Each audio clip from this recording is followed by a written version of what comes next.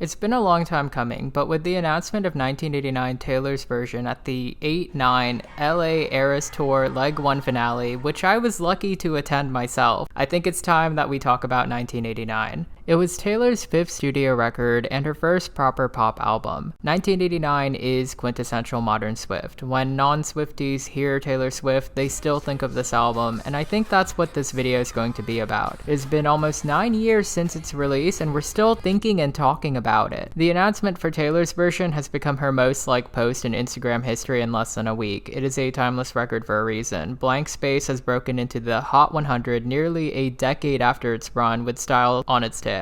The original version of the album is on track for top 10 on the Billboard 200 next week. When Taylor's version comes out, 1989 is going to set records again. To better organize all of my thoughts, we're going to dive briefly into the history of the era, what came before, all the magic and mischief it brought, and touch on the brutal tape-apocalypse that took place afterwards. Additionally, we'll cover each song at the very end because, truth be told, just about any of these songs could have been successful singles. There's a reason this album has sold tens of millions of copies. It's won her second of 3 Album of the Year Grammys and continues to soundtrack the lives of countless people across many generations. 1989 is one of the definitive pop bibles of the modern age, arguably the last imperial era of pop in the digital sales age, and something the marketing and music industry will study for generations. Let's return to the 1989 era. Work for 1989 started as early as October 2012, with This Love being the first song written for the record. It was also the only song on the album to be written entirely by Swift. I recall her hinting via Twitter in 2013 that she was back in the studio for a song that would be revealed to be All You Had to Do Was Stay. Even before 1989, it was clear that Taylor wanted to explore the pop space. Her country crossover hits from Fearless showcased a natural talent for pop songwriting. But it really wasn't until the Red era that Taylor took her first steps into pop with We Are Never Ever Getting Back Together, 22, and I Knew You Were Trouble. All of these singles were produced and conceived by Swift, Shellback, and the incomparable Max Martin. I think a fan favorite from the Red Vault tracks, Message in a Bottle, hinted that Taylor wanted Red to lean more into the pop direction than it actually did. However, her then ally and close advisor Scott Borchetta urged Swift to keep Red rooted in country. Red was released to great acclaim and success. That being said, it drew criticism from the country music community for its pop lean. This backlash arguably led to the album's disappointing showing at the 2014 Grammys, and this pivotal moment that changed everything. And the Grammy goes to Random Access Memories Death. Rather than just taking the loss, Taylor really did take it to heart and further committed to staying in a lane for her next record. Blatant pop was what Swift referred to as 1989's genre in her 2014 cover story in Rolling Stone. She elaborated her decision by saying, "If you chase 2 rabbits, you lose them both." In the same interview, she revealed that Borchetta had asked her to cut him at least 3 country songs despite loving the record, and she had refused. Instead, Swift recruited a who's who of pop producers beyond Martin and Shellback.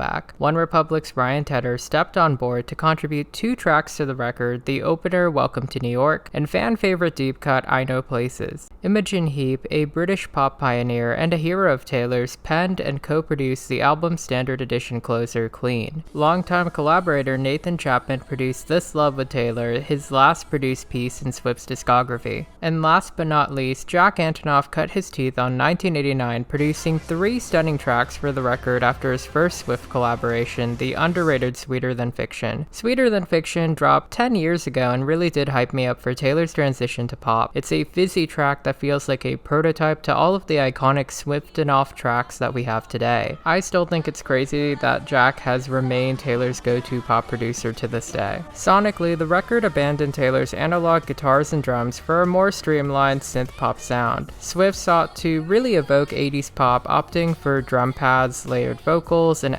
atmosphere. One specific example of this is Antonoff and Swift sampling the snares off Fine Young Cannibal She Drives Me Crazy. As noted in the voice memos from the deluxe Target edition, Swift used different songwriting methods. For songs like I Wish You Would, Jack would play a track and Taylor immediately wrote 2 tracks. Tracks like Blank Space had her sending ideas to producers and then revisiting those recordings of idea sessions to recall memories and blurted ideas. 1989 was mastered in New York sometime in 2014. Swift finalized the album around the time that she was wrapping up the Asian leg of the Red World Tour. We'll cover the album's clever and captivating storyline later when we talk about the music itself. But first, we're going to talk about the legendary marketing campaign. 1989 has to be one of the most interesting and successful modern promo cycles that I've ever lived through. For one, it had so much to do in so little time. It had to rebrand Swift into a pop music icon to the general public while not alienating her existing fan base. Red had done wonders taking her from the girl next door persona to a more mature persona, but 1989 saw her take on the form of the every woman, doing the time-honored tradition of moving away from home to the big city and taking on the world. For people like us, it's heading to college out of state or graduating and getting a job in a new city. For Swift, it was taking over the pop world. I personally will never forget August 18, 2014. That was the day that Taylor introduced the world to 1989 on a Yahoo ABC News live stream. Setting the stage in New York and debuting a new look and a new attitude and the album cover, Swift also debuted Shake It Off, 1989's iconic diamond-certified lead single. Shake It Off was her first song to debut at number 1. Its brilliant music video, directed by Mark Romanek, set the tone for the era. In the video, Swift tries to find herself dancing with ballerinas, breakdancers, and cheerleaders. A quick note, the image of her as a cheerleader felt so significant when you consider You Belong With Me. She was an artist who spent so much time thinking she wasn't a cool kid. This was her realizing and owning it. While I did judge Shake It Off as a lead in my Midnights video, in retrospect, with the video and the need to shake up Swift's image, it was a brilliant choice for its time. A big element of 1989's hype was Taylor leveraging social media in a way that few artists at the time really did. Taylor took to Twitter, Instagram, and Tumblr to do #Taylurking, a term for keeping tabs on her fans. Swift would not just post, she used to comment on fans' memes about her in real time. She would reblog people on Tumblr and genuinely feel like a friend who could just pop in at any moment. It was very new at the time. 1989 Taylor's Instagram eventually became a yearbook of the biggest celebrities in the world. Swift would also use social media to pick fans for the 1989 Secret Sessions, where she'd invite Swifties to her actual homes around the country to preview tracks, something that was repeated for Reputation and Lover and probably won't happen ever again because of how social media is nowadays. Some called how she used social media calculated, others called savvy, but I do think that part of why 1989 felt so monumental was this openness and transparency. Swift would eventually recalibrate her online persona after the Swiftpocalypse of 2016. The Midnights era, despite how online she seems, was nothing compared to 1989, but 2014 was a different time and world. As we established in my Speak Now recap, Swift is no stranger to big endorsements. 1989 was advertised like a blockbuster. Big partners included Subway, which with Diet Coke ran a Meet Taylor giveaway, offering a chance to see her on the tour. Swift and Diet Coke even cut a fun ad that teased the album track How You Get the Girl. She reunited with Ked Shoes to do a 1989 inspired line. And as always, Swift had a special Target edition of the album which contained 3 bonus tracks and 3 voice memos explaining her songwriting process. Prior to the album's drop, 2 promotional singles also were released. The first was Welcome to New York, the album's opener, which peaked at 48 just from downloads. The other was Out of the Woods, which peaked at 18 and eventually became the 6th single and a fan favorite on the world tour. Just days before the album dropped, a glitch on iTunes for track 3 led to fans downloading an 8-second file of white noise. So many fans had downloaded it that it went number 1 on Canadian iTunes, a preview of the killer success the actual record would get. 1989 Unleashed. The album formally dropped on October 27, 2014. Ironically, Taylor's version will be released on that same exact date this year. Fun fact, prior to the album's release, industry trackers only thought that the album was going to sell 600 to 750,000 units on worries for her genre shift and the state of music sales. The album debuted at nearly double that, with 1.28 million copies sold in the first week. Swift became the first artist in history to debut 3 albums that cracked 1 million sales, which she extended to a 4-record streak with Reputation. She was always the music industry. Today, Billboard estimates in the US alone, 1989 has sold 12.3 million units. Internationally, it was a huge success everywhere, even in China having sold 1 million units there. The IFPI says that it was the second best-selling record of 2014 with just 2 months of sales. Critically, it was mostly positive reviews, though some did question the lack of detail and a switch to vaguer, poppier songwriting. Retrospectively, the album did end up making a lot of decade and an all-time list. The packaging itself was pretty iconic. Each copy came with a set of 13 random Polaroids of Swift, each with lyrics written at the bottom, 65 in total. I remember having a friend buy so many copies just to get all of them. And of course, we need to talk about how Taylor Swift pulled the album and her entire discography from Spotify's just days after the album dropped. Earlier that year, Swift had written an op-ed in the Times about the need for higher royalties for songwriters with the rise of ad-supported listening. 1989 was only made available on paid subscription services. Swift would keep her catalog off Spotify for nearly 3 years. Swift also had a dispute with Apple Music later in the era over paid royalties for artists during the free trial period, something that Apple apparently was not paying out. She ended up winning the dispute, getting artists their money, and cutting ads for the service shortly after. Blank Space, the second single off the record, was also a smash hit, topping the charts for 7 consecutive weeks. This critically acclaimed song was a clever, satirical nod at Swift's reputation as a serial dater.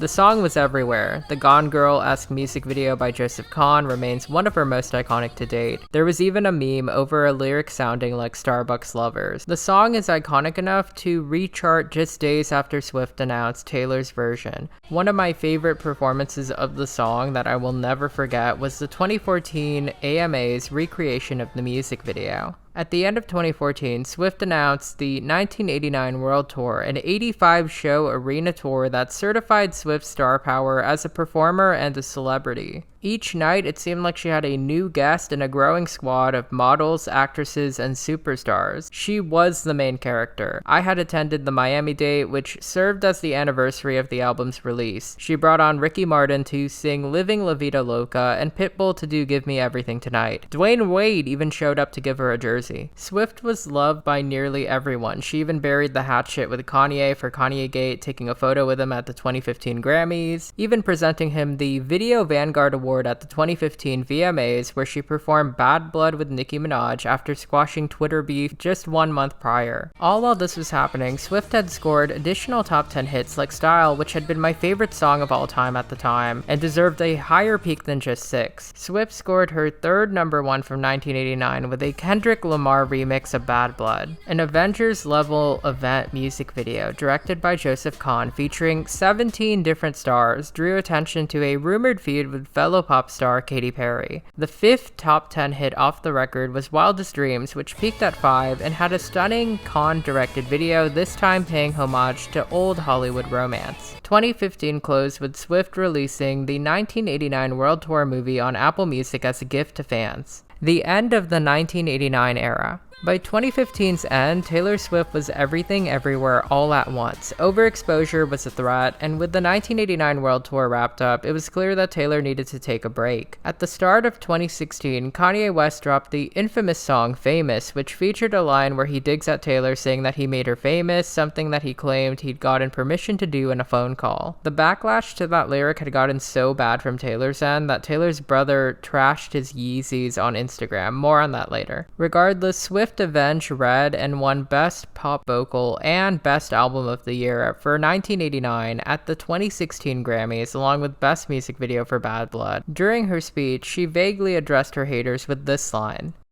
I want to say to all the young women out there, there are going to be people along the way who will try to undercut your success or take credit for your accomplishments or your fame. But if you just focus on the work and you don't let those people sidetrack you, someday when you get where you're going, you'll look around and you will know that it was you and the people who love you who put you there. And that will be the greatest feeling in the world. Swift went on to formally close the 1989 era with New Romantics as the final single, along with a music video comprised of tour footage, ending with her thanking her fans. Overexposure, The Aftermath, and The Tapeocalypse. In the summer of 2016, which some Swifties considered the apocalypse, Kim Kardashian and Ye reignited the famous lyric dispute, which escalated with the release of a music video featuring a naked sculpture of Swift and Kim leaking a doctored copy of a phone call that all three of them had, which led to this iconic response from Swift. Sadly, the general public turned on Swift, with snake emojis in her comments and hashtag Taylor Swift is over party trending. The message was clear, she had to disappear for a while. Following that, Swift remained dormant musically, only releasing collaborations, 2 of which were top 10 hits. Swift would eventually explain her side of the story, partly through her iconic comeback record, Reputation, and interviews. Ultimately, she was exonerated when the whole phone call leaked in 2020, because as we all know, karma is her bestie. The legacy of 1989. 1989 was one of the last monocultural pop eras of the modern age. It was closer to a thriller event than it was a typical pop era of its time. Sure, we had other big eras like Thank You Next and Sour, both of which are smashing successes in the modern streaming age, and should be considered imperial eras of their own, but 1989 was unavoidable. There was no escape to it. Whether it was the radio or the music at your friend's party, you heard every single at least once. And a few of the core tracks as well. Taylor Swift had convinced the world that it was very cool to listen to her. No one was a closeted Swiftie anymore. Everyone proudly posted cheesy Instagram lyric captions. Her stories became our soundtracks, and 1989 clearly inspired a whole generation of artists who now treat pop as more of a genre with sounds and tropes to play with, rather than just a box to exist in. On the critical side, 1989 was the emblem of the poptimism movement, which saw critics openly revere pop as more than just a commercial category and more of its own genre. The album contributed greatly to the rise of nostalgia for synth-pop sounds and the resurgence of 80s inspired music. It raised Max Martin's profile to newer heights, it cemented Jack Antonoff's standing as a producer, and Swift has gone on to say that 1989 is her favorite re-recording so far, in her quest to own her music again. And have I mentioned that it's still charting to this day? With the release of Taylor's version, 1989 will live and breathe again, this time with 5 new tracks that Taylor says are insane and can't believe she left behind. We should be scared. Now it's time to talk about the music of 1989.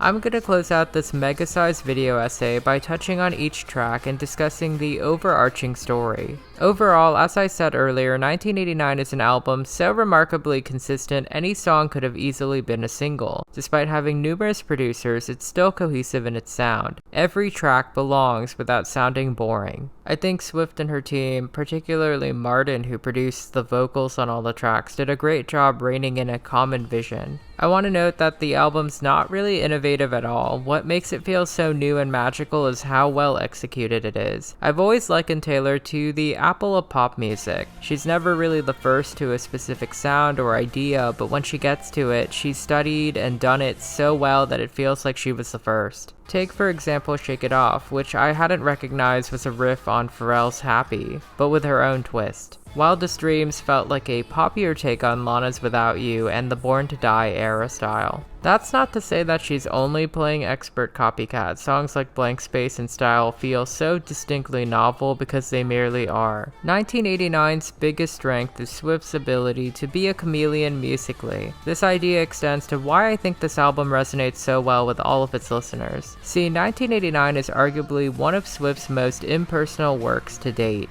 which makes it easier for listeners to make each song their own. Each song and story isn't necessarily anchored around a specific person that we know exactly of, though there are strong hints. To better accommodate pop songwriting, Swift abandons her usual prosy and personal lyricism for more atmospheric and catchy, almost conversational writing. There's still an identity and style to it all, but there's also a layer of anonymity. We don't get the full story, but we do get an atmosphere. 1989 is all about the vibes and emotionality of the songs. It's more concerned with getting stuck in your head with hooky melodies and lines that you learn by your second listen, even if you loop them 100 times. Regardless, Swift still brings a dedication to song structure. Each song has a well-built pre-chorus, chorus, and bridge, but the verses cease to be the main attraction. I recall some Swifties were disappointed about that initially, but for the purpose of 1989, it had to be done. Likewise, there's only one simple overarching story that carries the record, the story of a girl who lives in New York, who is known by everyone and no one, who enters a messy romance only to lose him but find herself, and somehow that was everything. This story is told through hidden messages in the liner notes and pretty much explains the track listing order. It's cryptic yet relatable, almost universal, in some ways much like the album itself.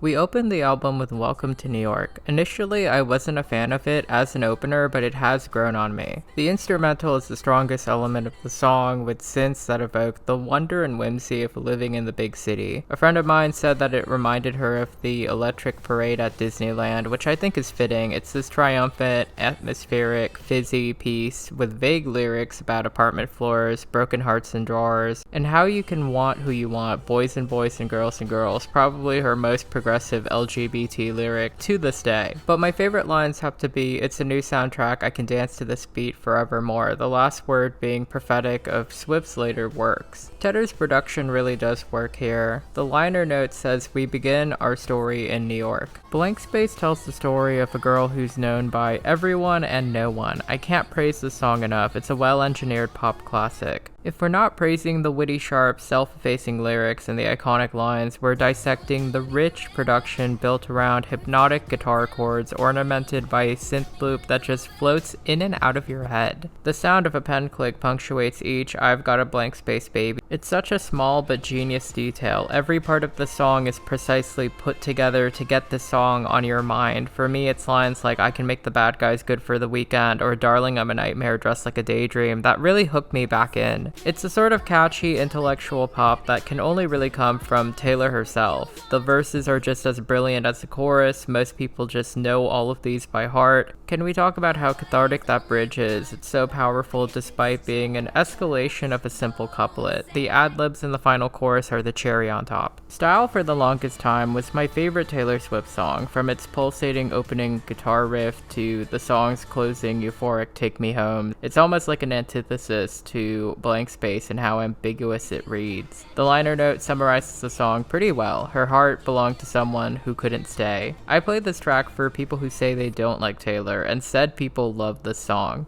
There's something very cinematic about this track. Taylor uses the verses and choruses to really paint vignettes of a doomed revolving door romance. There's no sense of victimhood to it all. Both parties cause each other pain and pleasure. The opening lines are so iconic because they set the scene so well. The chorus does this very slick switch to a minor key towards the second half that's so subtle but so hooky. Verse 2 seemingly antagonizes the subject until the pre-chorus adds ambiguity that the narrator is also playing around too. As always, the bridge takes us home, literally this time, with some of Taylor's most fun vocal runs ever. I think this track is one of the few songs that I've listened to 1,000 times, and it never goes out of style for me. Out of the Woods' hidden message is they loved each other recklessly. That anxious, turbulent energy carries into this whirlwind of a track. Swift wrote the track, infusing each bass thump and warbling synth with emotion. Swift also told fans that this was one of her favorites, and I can see why. It's emblematic of the album in whole. Lines like those about the Polaroid picture showing the world in black and white and them in screaming color are melodramatic but reined in with simple imagery like the moving the furniture around to dance line. The repetition in the chorus speaks to the anxiety of the relationship and how maddening it is to overcome and escape it, dead or alive. I adore the bridge because it brings back Country Taylor's detail but with a thorny edge to it. Seeing it resampled for Question sealed my view of Midnights as 1989's proper pop successor.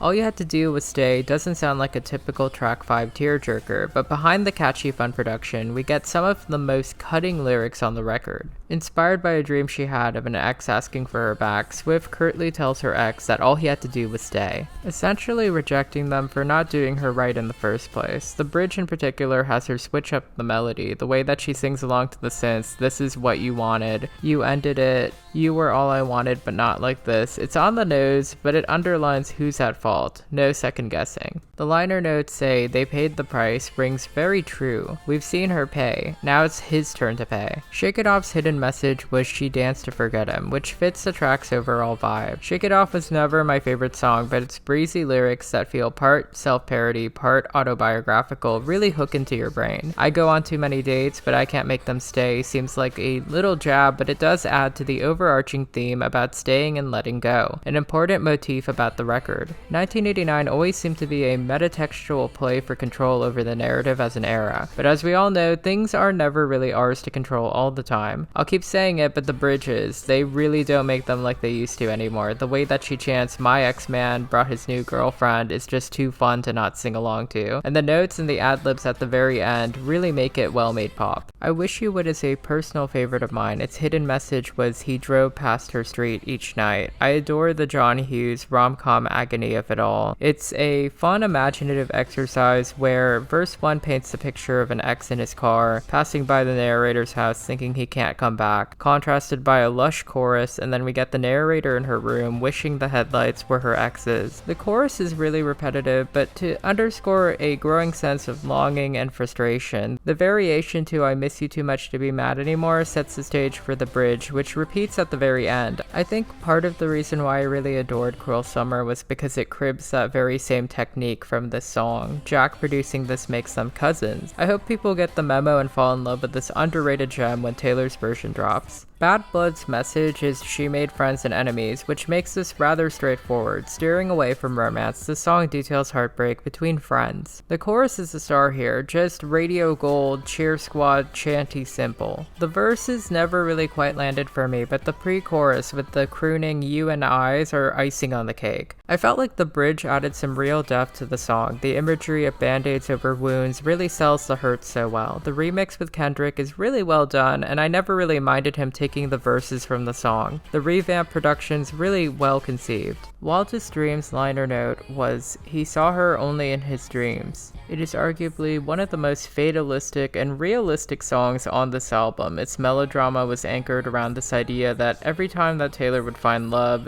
it would burn bright and then die. But that ephemeral hope that her love would remember the best, even if only in his dreams, makes this a classic. I recall adoring the radio edit for having these killer drums that add to the beat of the song. For those who don't know, the thumping line in the song was based off Taylor's actual heartbeat. The way that she sings "Someday When You Leave Me, I Bet These Memories Follow You Around" just tugs on my heartstrings every time. How You Get the Girl is another track that I really see underrated that I personally love and really clung to from release day. The message for this was then one day he came back. In the context of the story, this one's an instruction list to getting back the girl, which seems really simple. The song's an example of vibes over lyricism. Nothing here feels dense or descriptive. It's very clean writing, which plays into the song's themes. It's not that hard to get back the girl if you actually tried or wanted to. I really love the perspective switches. We're following someone follow the list. The bridge reveals that the narrator is still interested, as the bridge notes, "Remind me how it used to be, say you want me." The outro reveals that within the song, the ex did these things and that's how they got the girl. I remember listening to Folklore's Betty and then loving that track and realizing this is probably what Betty would have sent James, in cursive of course. This love has never been my favorite, to be honest. I've always found it to be a speed bump, both tempo and quality wise. It wasn't until I really sat down with it and viewed it more as poetry set to a lush, simple production that I really started to like it. The liner note was, "Timing is a funny thing. This love speaks to the nature of love coming and going from our lives, whether it's one particular person or the idea of romance itself. In an album about staying and going, the song feels like a breakthrough. It's about letting go of the fear of losing someone to really appreciate love, because sometimes it does come back." I Know Places is definitely an underrated gem to me. It's the better of the two Ryan Tedder songs. There's a tape click at the start and the end to play into the idea of a couple being watched. Its message was, and everyone was watching. They are the hunters, we are the foxes, and we run is such a powerful image for a scrutinized love. The idea of this doomed flame still fighting and finding places to hide. It's very on the nose, but so is the rest of this album. I have to say that the outro, where Taylor goes off vocally, really does sell the song for me. It feels like one last stand. I like the mention of Green Eyes, which ties into another track, before one last ominous click.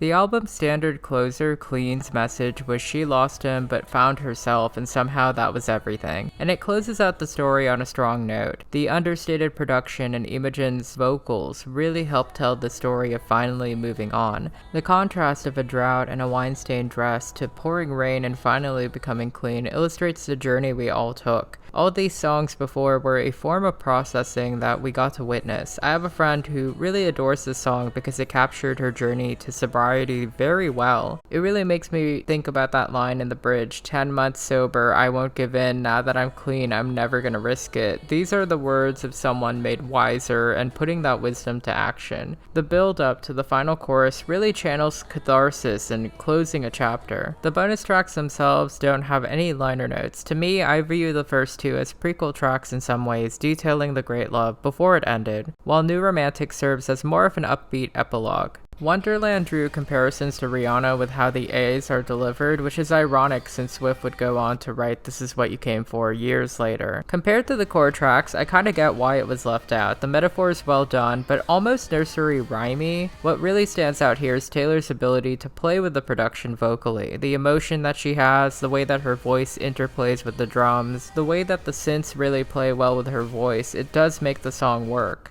I find the pre-chorus with the drums and the questions more compelling than the chorus itself, but the anticlimax must be intentional. She never does turn in a bad bridge. You Are in Love is probably one of the most romantic songs ever done by Swift. Antonov's production is tempered down to form this sweet, warm, synthy ballad. Swift has said that the song was about Jack and his ex Lena Dunham, but I never quite bought that. Mentally, I think of driving down some gorgeous scenery, like coming home from a place like Big Sur, with someone that you really love. This song reminds me of Country Taylor. The specific details, the call and response of the chorus is really the hook to me. The repetition of silence, way home, lights out, before adding true between two You Are in Loves, it's just really brilliant lyrical math in a way. The bridge really explained to me what true love looks like. The lines like why they lost their minds and fought the wars and I've spent my whole life trying to put it into words. Absolute all-time greatest lines. They rank high for me.